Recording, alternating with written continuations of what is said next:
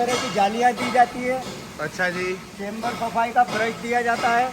अच्छा जी, जाली भी साफ हो जाएगी, चैम्बर भी साफ हो हाँ, जाएगा। सब सेम हो जाता है। बहुत बढ़िया। इसको फाउंडेशन करना पड़ता है, मशीन को नहीं करना पड़ता? फाउंडेशन की कोई जरूरत नहीं है।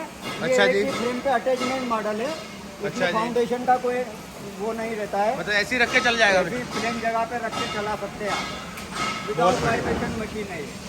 मुझे लेने के लिए क्या करना रहेगा इसमें पंडित जी? आप 15 दिन में ये चेम्बर में ऑयल वगैरह चेक करके ऑयल डाल के और